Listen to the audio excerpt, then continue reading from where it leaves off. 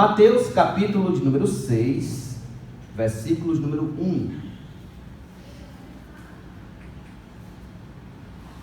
Guardai-vos de exercer a vossa justiça diante dos homens, com o fim de ser vistos por eles.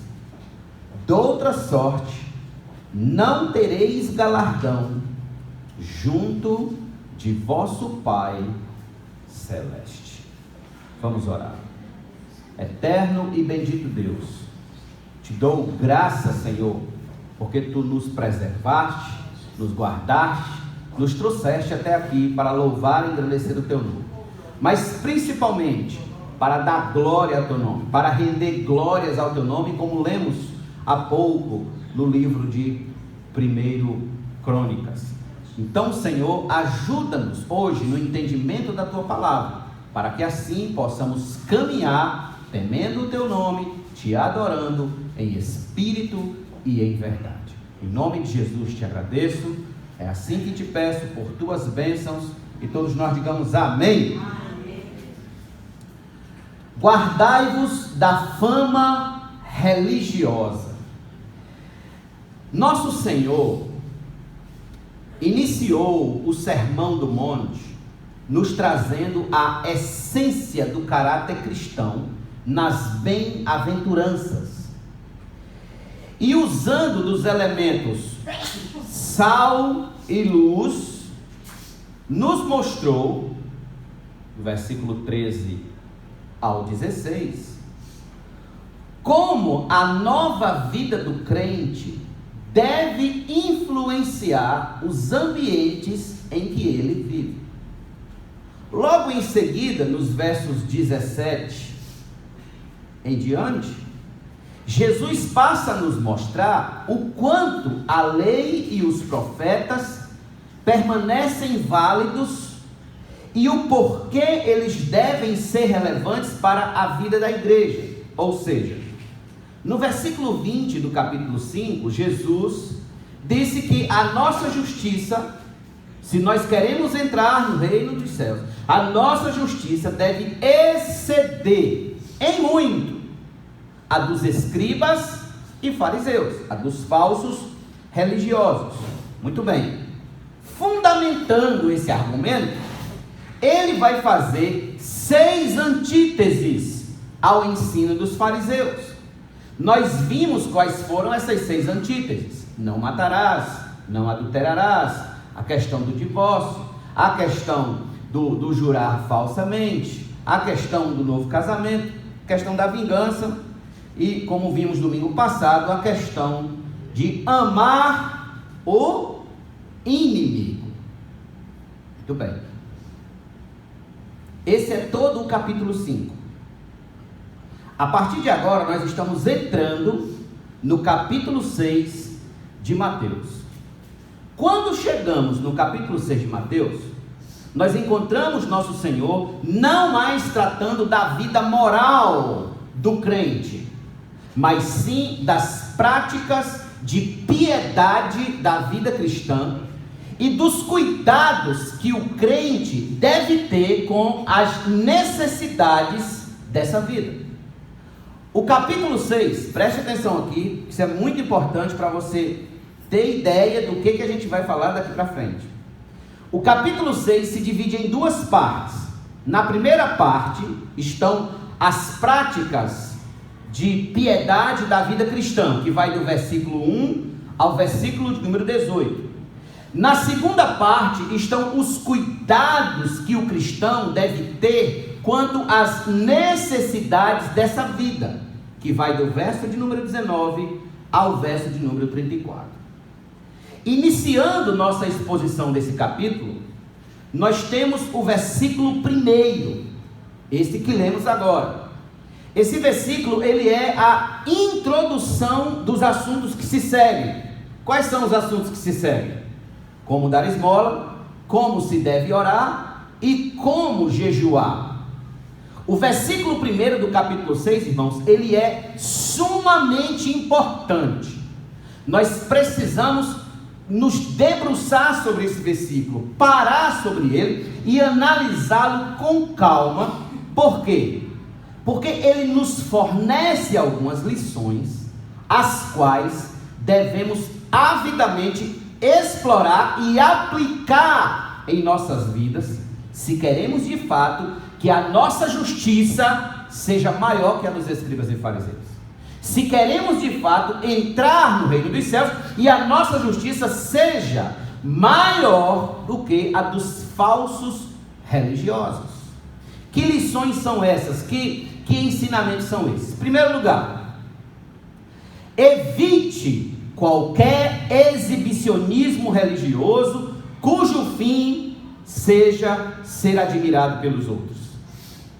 Primeira lição: evite qualquer exibicionismo religioso cujo fim, cujo propósito seja você ser glorificado. Como assim? Vamos voltar a Mateus capítulo 6, versículo 1.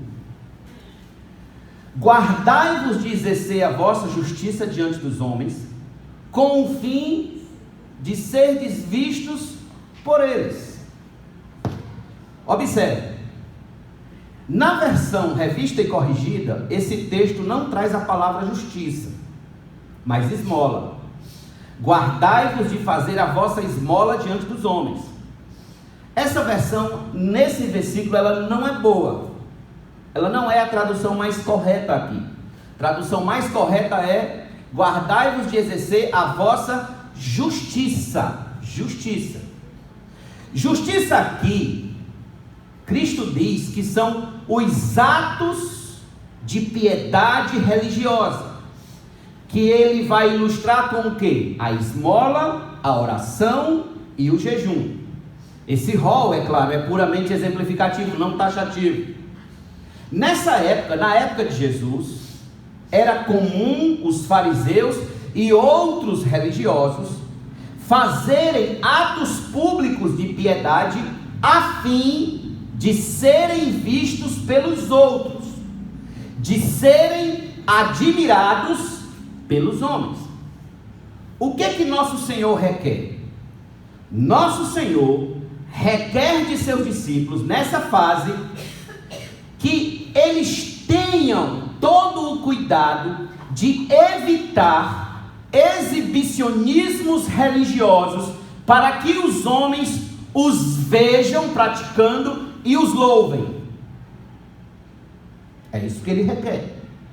O alvo de Cristo é evitar que os crentes caiam na armadilha de um coração vaidoso, que busca ser reconhecido como um homem santo, uma mulher santa diante dos homens, que os assistem e assim digam: vejam como esse homem é santo, vejam como essa mulher é santa. Então, irmãos, aqui nós temos uma aparente contradição. Nós temos um aparente problema com o capítulo 5, versículo 16. O que foi que Jesus disse no capítulo 5, versículo 16? Está com sua Bíblia aberta? Veja comigo. Assim brilhe também a vossa luz diante dos homens, para que vejam as vossas boas obras e glorifiquem ao vosso Pai que está nos céus. Então vamos lá. Como Cristo diz que a nossa luz deve ser vista pelos homens, mas aqui no capítulo 6, ele está dizendo que nós devemos evitar os exibicionismos religiosos. Como resolver essa contradição? Na verdade, isso não é uma contradição. Parece, mas não é. Nesse texto de Mateus 6, Jesus não está proibindo a piedade pública. Jesus não está dizendo que a gente não deve orar em público, não deve pregar em público, não. Dar esmolas, não. O que nosso Senhor está proibindo aqui é a realização de atos em público, cujo objetivo não é a glória de Deus, mas a própria glória. Irmãos, inúmeros são aqueles que se mostram homens piedosos, santos, consagrados, mas cujo fim é ser famoso, ser visto pelos homens, admirados pelos outros. Muitos são os que usam em todos os lugares e em todos os instantes uma linguagem religiosa para serem vistos e admirados como gente santa. Daí, muitos desses fariseus modernos vivem de exibições religiosas, linguagem espalhafatosa, só falam no evangeliquez. Já viu essa linguagem? Tem o português, tem o inglês, pronto. Tem quem fale só no evangeliquez. Eu conheci um homem que nunca saudava ninguém com um bom dia, boa tarde, boa noite, porque ele dizia que o crente só deve saudar alguém com a paz do Senhor. Isso é ignorância. Isso é pura ignorância. Ele não percebe que está com o coração pejado, cheio da mais pura vaidade religiosa. É aqui, meus irmãos, onde temos o desafio do equilíbrio de demonstração de vida piedosa. Por quê?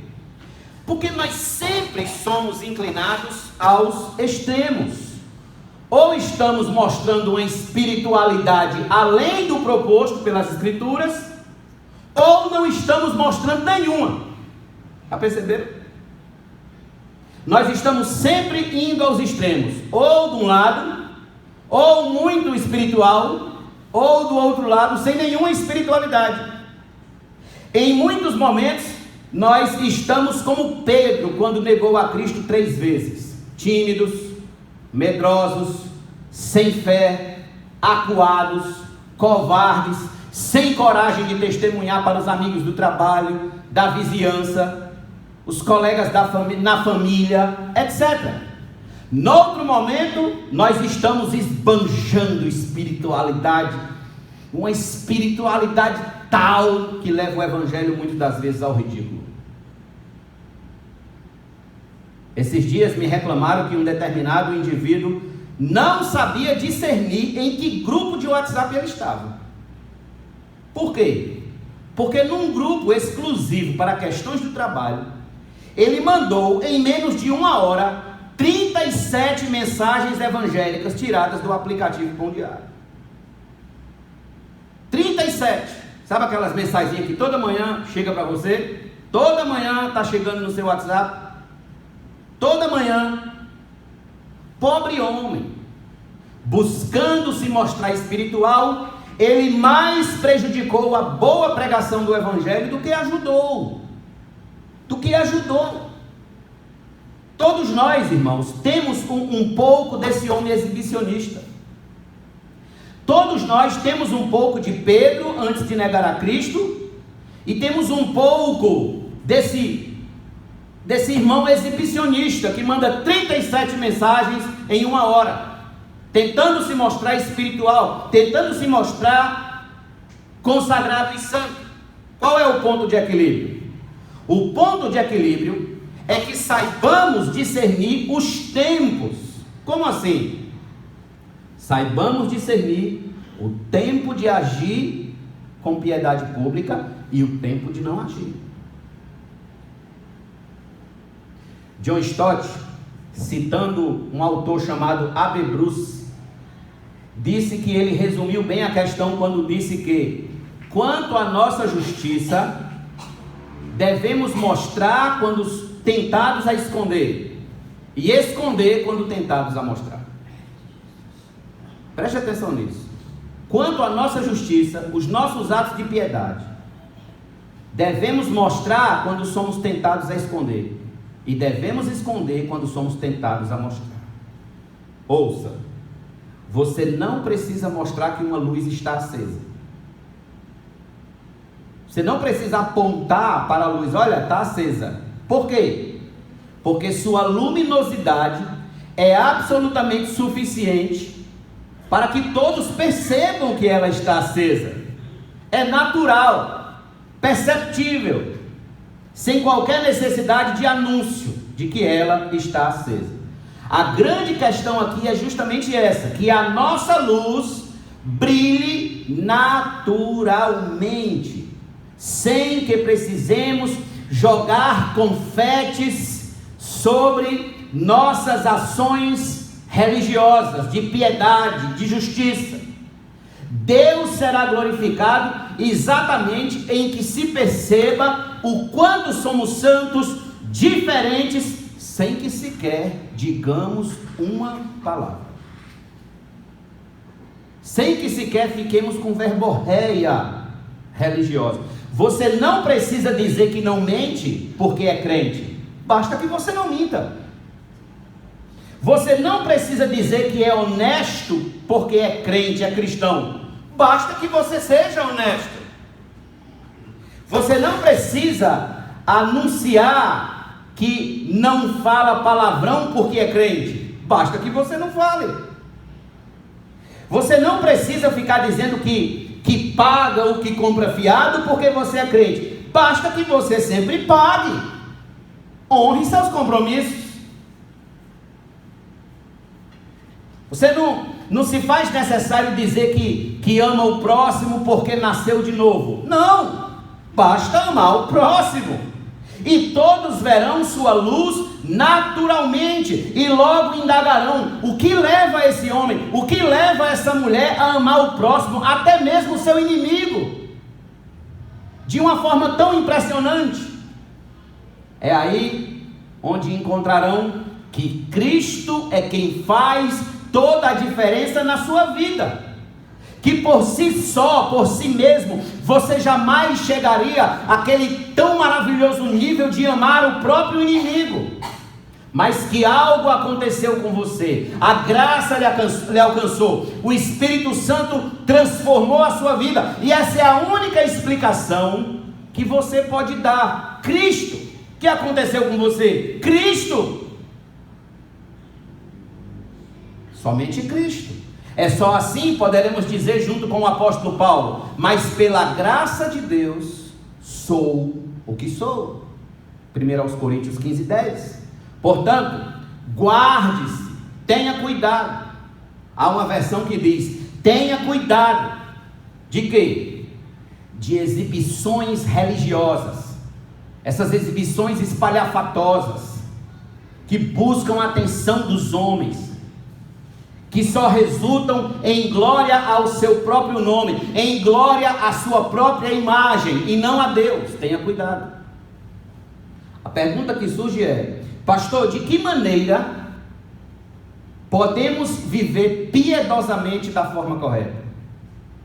Como podemos praticar atos de justiça sem que tenhamos como propósito ser visto pelos homens? De que forma conseguirei viver para Deus sem que caia no mesmo erro dos fariseus? A resposta está no nosso segundo ponto. Em segundo lugar, a segunda lição que temos nesse texto: examine as motivações do seu coração antes de praticar qualquer ato de justiça. Examine as motivações do seu coração. Volte lá para Mateus 6 comigo, por favor. Mateus 6. Veja o versículo número 1. Guardai-vos de exercer a vossa justiça diante dos homens, com o fim de ser visto pelos homens. Veja, com o fim, com o propósito. A ênfase aqui, nesse ponto, recai sobre a motivação do coração, que leva à ação, ao fim daquele ato. Uma das coisas que nosso Senhor requer de seus discípulos é que eles não vivam sem examinar seus corações, sem examinar as motivações por trás de cada ação, de cada ato. Jesus está salientando o perigo de se transformar práticas santas práticas piedosas em palcos para se obter o louvor dos homens e não o louvor de Deus.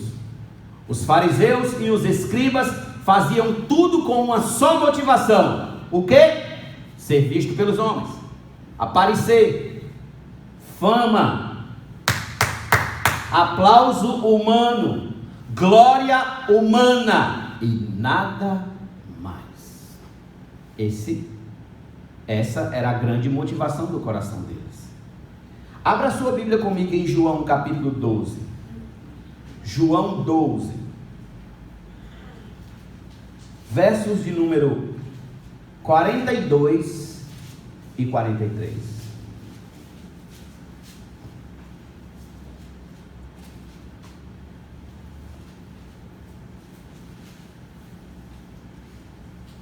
João explicando porque muitas autoridades dentre os judeus não acreditavam. Aliás, acreditavam, mas não se comprometiam absolutamente com Jesus e o seu reino. Veja, João 12, verso 42. Contudo, muitos dentre as próprias autoridades creram nele, mas por causa dos fariseus não o confessavam. Só uma pausa aí, por favor. Está vendo a importância de confessar a Cristo publicamente? Você precisa confessar a Cristo publicamente. Precisa confessar Ele como seu Senhor e como Salvador. Para não serem expulsos da sinagoga. Agora veja o verso 43. Porque amaram mais a glória dos homens do que a glória de Deus. Quando Madonna estava no auge da sua carreira, Billy Graham, o evangelista, visitou Madonna. Eu li isso na sua biografia, na autobiografia de Billy Graham. E ela disse para ele: eu sei que Jesus é o Senhor e Salvador, mas eu não posso abandonar a minha fama. Eu não posso. Aqui estavam esses homens, creram no Senhor, sabiam que eles estavam falando a verdade de Deus, mas por amar a glória dos homens, por se importar mais com a opinião dos outros, com o que os outros acham deles, com medo de perder a honra de estar no templo, junto com os fariseus, não confessaram a Cristo, rejeitaram a Cristo, amaram mais a glória dos homens do que a glória de Deus. Eis a motivação do coração deles: ser louvados pelos fariseus. Era o que eles queriam, ser louvados pelos fariseus, admirados pelos homens. Olha que engano. Abra sua Bíblia comigo em Atos capítulo número 9. Tem uma situação bem peculiar aqui. Atos capítulo 9. Esse texto vai ser um pouco longo, mas se faz necessário para vocês entenderem o contexto. João, Atos, é o próximo livro depois de João, não tem nem como você se perder. João, capítulo número 8, do verso de número 9 ao 23. Ora, Filipe estava pregando em Samaria, pregou em Samaria, muitas pessoas se converteram em Samaria. Pedro e João, mais à frente, vai até Samaria para confirmar a obra de Deus ali entre os gentios. Entre os samaritanos, desculpa. Ora, havia certo homem, versículo 9, chamado Simeão, que ali praticava mágica, iludindo o povo de Samaria, insinuando ser ele grande vulto, o qual todos davam ouvidos do menor ao maior, dizendo: este homem é o poder de Deus, chamado o grande poder. Aderiam a ele porque haviam muito os iludira com mágicas. Quando, porém, deram crédito a Filipe, que os evangelizava a respeito do reino de Deus e do nome de Jesus Cristo, iam sendo batizados, assim homens como mulheres. O próprio Simão abraçou a fé e, tendo sido batizado, acompanhava a Filipe de perto, observando extasiado os sinais e grandes milagres praticados. Ouvindo os apóstolos que estavam em Jerusalém, que Samaria recebera a palavra de Deus, enviaram-lhe Pedro e João, os quais, descendo para lá, oraram por eles, para que recebessem o Espírito Santo, porquanto não havia ainda descido sobre nenhum deles, mas somente haviam sido batizados em o nome do Senhor Jesus. Então lhes impunham as mãos e recebiam estes o Espírito Santo. Vendo, porém, Simão aqui é mágico, que pelo fato de imporem os apóstolos as mãos, era concedido o Espírito Santo, ofereceu-lhes dinheiro, propondo: concedei-me também a mim este poder, para que aquele sobre quem eu impuser as mãos, receba o Espírito Santo. Porém, Pedro lhe respondeu: o teu dinheiro seja contigo para perdição, pois julgaste adquirir por meio dele o dom de Deus, o favor de Deus, a graça de Deus, a bênção de Deus. Não tens parte nem sorte nesse ministério. Por que, Pedro? Por que você fala assim de uma forma tão áspera com esse homem, que tudo o que ele quer é estar cheio do Espírito Santo? Pedro diz: porque o teu coração não é reto diante de Deus. Arrepende-te, pois, da tua maldade e roga ao Senhor. Talvez te seja perdoado o intento, a motivação errada do teu coração, pois vejo que estás em fel de amargura e laço de iniquidade. Pobre Simão, o mágico, tudo o que ele queria, o dom de Deus, para quê? Para ser admirado, para ser louvado, glorificado, adorado, que eles o louvassem como o grande poder, o poderoso. A motivação do seu coração era maligna. Ele queria a glória dos homens, não a glória de Deus. Muitos são os que servem a Deus com a motivação completamente errada, equivocada. Muitos, mas muitos mesmo. Inúmeros são os que pregam, os que cantam, os que oram, os que fazem caridade, que trazem o quilo do amor, que visitam os enfermos, que evangelizam, sem um prévio exame das motivações de seus corações, e acabam caindo nessa armadilha da vaidade religiosa. Muitos. Irmãos, tudo o que formos fazer, devemos antes perguntar: por que eu quero fazer isso? Eu quero fazer isso para a glória de Deus ou para a minha glória? Por que eu quero ser pregador? Para louvor do nome do Senhor ou para louvor do meu nome? Por que eu quero ser um cantor evangélico? Para adorar ao Senhor ou para que eu seja adorado? Por que eu busco ser um homem de oração? Porque eu amo a glória de Deus ou porque eu amo a minha própria glória quando as pessoas dizem: vejam como ele é um homem de oração? Porque eu anseio dirigir os cultos para servir a Deus ou para satisfazer o desejo do meu coração de estar numa posição de destaque na igreja? Ouça, desde o Jardim do Éden, que somos inclinados por natureza a buscar a nossa própria glória. Desde lá. Pergunto, por que nós amamos os espelhos? Dizem que o Brasil foi trocado por espelhos. Por que amamos os espelhos? Por que amamos fazer selfies? Bater fotos de nós mesmos? Por quê? Se tão somente, meus irmãos, examinássemos mais a nós mesmos, se fôssemos ensinados nessa prática de perguntar: para qual fim? Qual é o propósito? Qual motivação? Queremos fazer isso ou aquilo?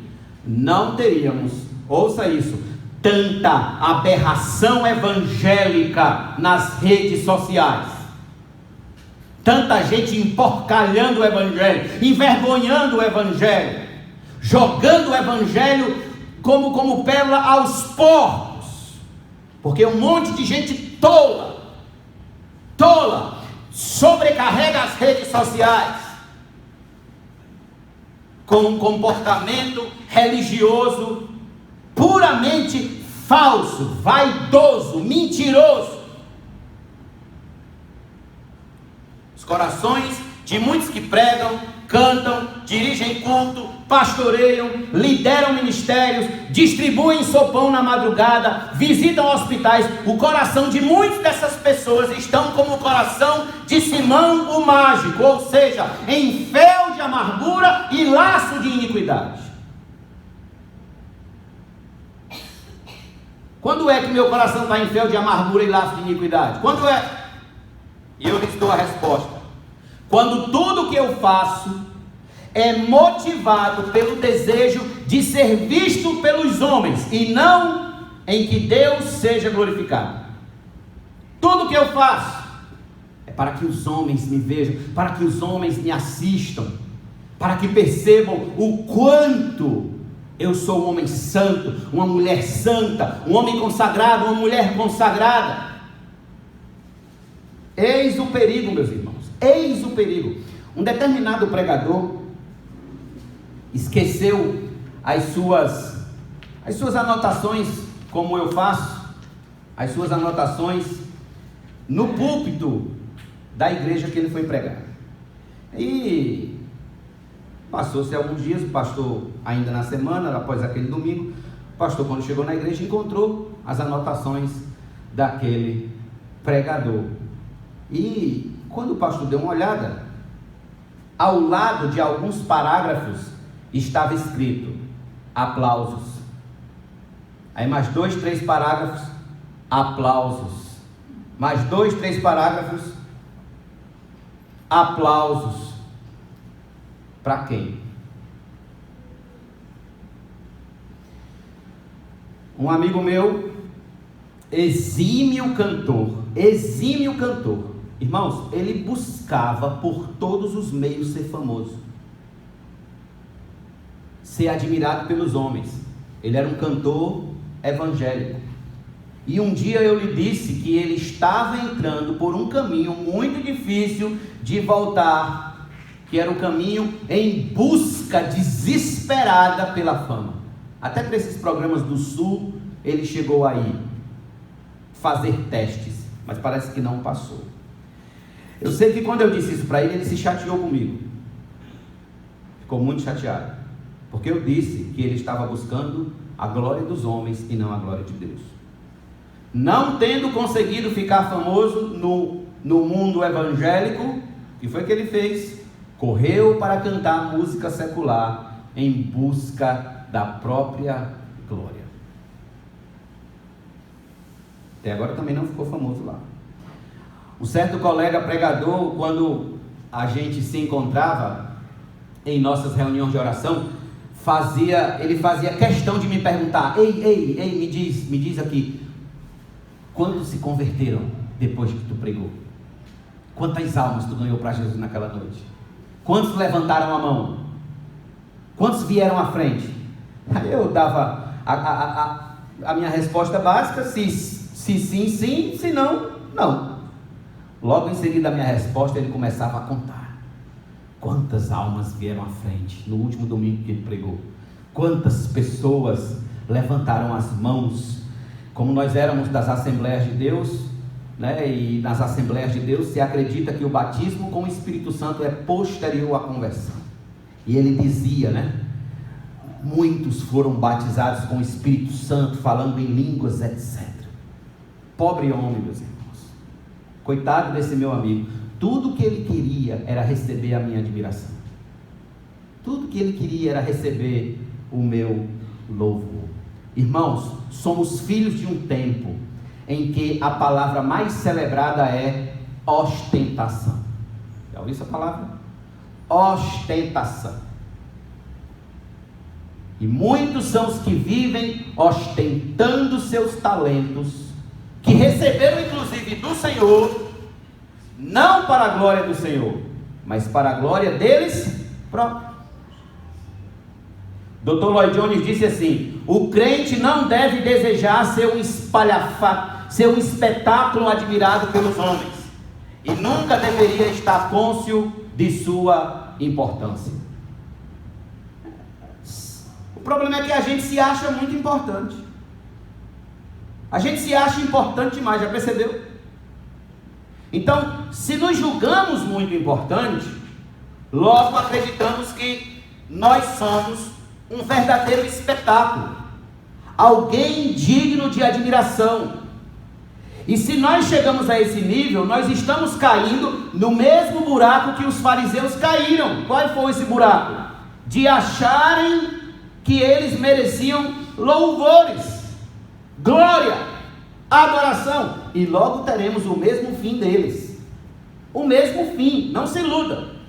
Portanto, meu amado irmão, evite exibicionismo religioso. Como? Examine seu coração, examine as motivações do seu próprio coração, perguntando: isso que faço é para a glória de Deus ou é para a minha glória? É para que Deus veja dos céus e seja glorificado, ou é porque eu quero ser visto pelos homens? Tudo isso é importante que a gente faça. Isso é sumamente valioso. Por quê? Porque nós temos uma última lição no versículo 1 que devemos, irmãos, guardar bem guardadinho no nosso coração. Qual é essa última lição? Terceiro lugar, evoque. Evocar significa traga à memória. Evoque sempre à memória que o galardão de Deus pertence àqueles que têm um coração sincero diante dele. O galardão, a recompensa de Deus é para aqueles que têm um coração sincero, transparente, puro diante dele. Volte para Mateus 6, versículo número 1, por favor. Guardai-vos de exercer a vossa justiça diante dos homens, com o fim de ser visto por eles. Doutra sorte, não tereis galardão ou recompensa, dependendo da versão que você está lendo, junto de vosso Pai Celeste. Deixe Mateus 6 aí marcado. Veja, doutra sorte não tereis galardão. Preste atenção. Não há como ter galardão, recompensa, junto ao Senhor, se não guardarmos nosso coração da vaidade religiosa. Irmãos, a vaidade religiosa, ela pega tanto jovens quanto idosos. Ela pega a ambos. Ela não pega só os idosos, nem pega só os jovens. Ela pega a ambos, por isso que nós temos que ter cuidado. Cristo é incisivo em dizer que quem não cuida das motivações do seu coração, que quem vive a buscar a glória para o próprio nome, não terá recompensa junto a Deus, não terá recompensa na eternidade. Quando nosso Senhor fala da esmola, da oração e do jejum, Ele deixa claro que há aqueles que já receberam a sua recompensa aqui, quando foram admirados pelos homens, quando deram esmola, quando oraram publicamente e quando jejuaram publicamente. Mas esses homens que já receberam a recompensa aqui, que é a admiração dos homens, não receberá nenhuma recompensa, galardão junto a Deus. Fazem boas obras, pregam, cantam, vêm à igreja, mas o coração não é sincero, não é compromissado com a glória de Deus, mas somente com a própria glória, com o próprio bem-estar. Uma das coisas que deveria ocupar muito a nossa meditação no nosso dia a dia, irmãos, é o fato de que Deus está constantemente nos vendo em tudo que fazemos. Deus sabe se seu coração é sincero ou não é. Deus está constantemente.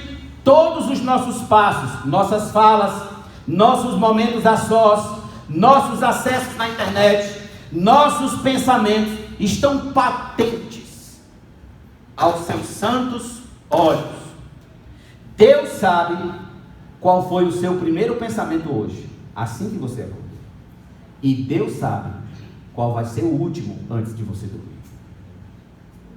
Simplesmente nós estamos desnudos na presença de Deus. Desnudos. Podemos enganar o próximo, enganar o pastor, enganar o irmão, mas jamais podemos enganar o Senhor. Em Gênesis capítulo 16, versículo 13 está escrito: Tu és Deus que vê. Deus vê. No Salmo 139, verso 7 está escrito: Para onde me ausentarei da tua face? Para onde me ausentarei do teu espírito? Para onde fugirei da tua face? Me diga onde você pode se esconder de Deus. Aqui em Hebreus capítulo 4, venha comigo por favor, Hebreus 4, rapidinho. Hebreus, se você está em Mateus, siga para frente. Hebreus, capítulo 4, versículo de número 13. Está escrito: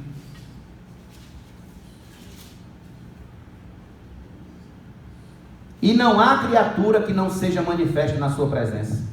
Pelo contrário, todas as coisas estão descobertas e patentes aos olhos daquele a quem temos de prestar contas. Todas as coisas. Irmãos, creio piamente que, se lembrarmos desses textos todos os dias, nós teremos mais cuidado com o fato de que não dá para viver enganando a Deus e ainda por cima acreditando que quando chegar nos céus há de receber recompensa junto ao Senhor. O Senhor conhece o nosso coração. O Senhor sabe o nosso levantar e o nosso deitar. Ele sabe de absolutamente tudo. Ele sabe quando somos sinceros e Ele sabe quando somos falsos. Ele sabe quando estamos preocupados com a sua glória e Ele sabe quando estamos preocupados com a nossa própria glória, com o nosso próprio nome, com a opinião que os homens vão ter a nosso respeito. Um rabino antigo escreveu: há um ouvido que tudo ouve, um olho que tudo vê e um livro onde tudo se registra. Tudo está sendo registrado. Não se iluda. Quem são os que não receberão galardão junto ao Senhor? Quem são esses? E eu respondo: aqueles que não estão buscando a glória de Deus, mas sim a sua própria glória, a glória do seu nome, a glória da sua marca. Pergunto: como posso saber se eu estou buscando a minha própria glória? Como que eu posso saber? Pastor, me diga como é que eu posso saber se eu estou buscando a minha própria glória ou a de Deus? Muito bem, faça algumas perguntas.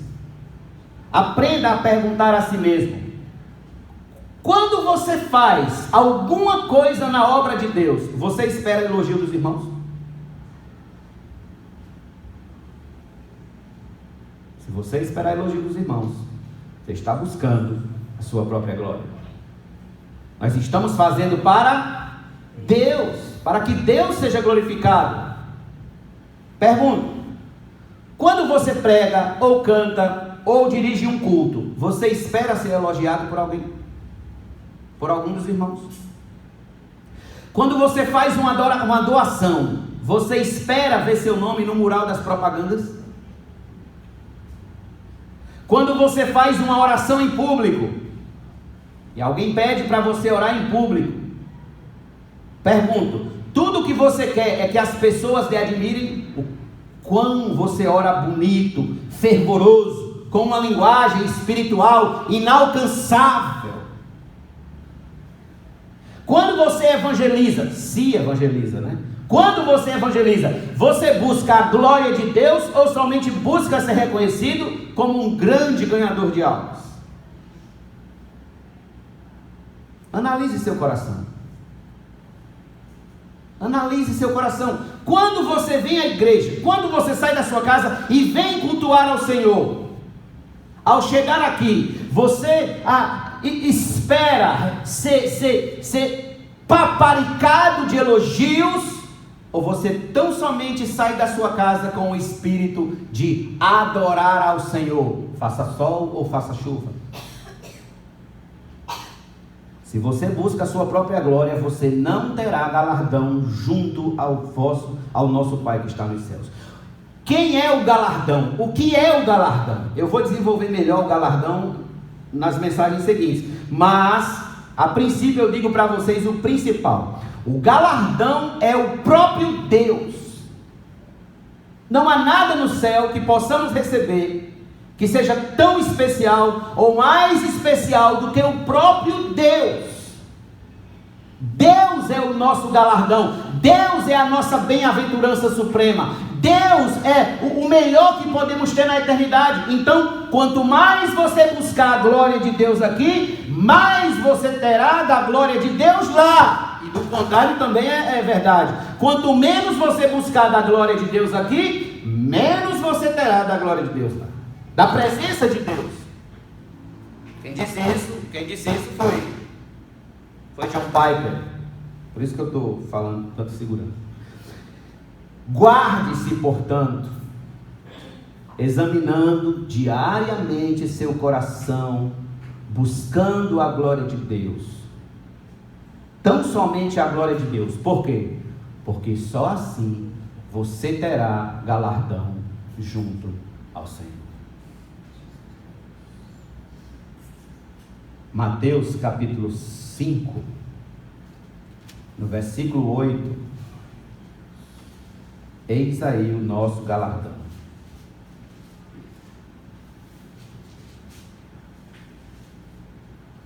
Bem-aventurados os limpos de coração, porque verão a Deus. Essa é a bendita esperança da religião, do cristianismo. Ver a Deus. Pergunto: o que você tem para receber na eternidade? O quanto de recompensa, de galardão você tem para receber na eternidade? Vamos ficar de pé. Vamos cantar ao Senhor. Enquanto isso, feche seus olhos. Analise a sua vida, o seu coração. Faça o exame do seu coração diante da mensagem que você ouviu. Aonde você, por algum instante, pecou contra Deus, buscando a sua própria glória, ser admirado por alguém, admirado pelos homens e não pelo Senhor. E peça perdão a Ele, peça que o Espírito Santo lhe dê forças para você tão somente viver para a glória dEle, para que Ele seja adorado, Ele seja adorado.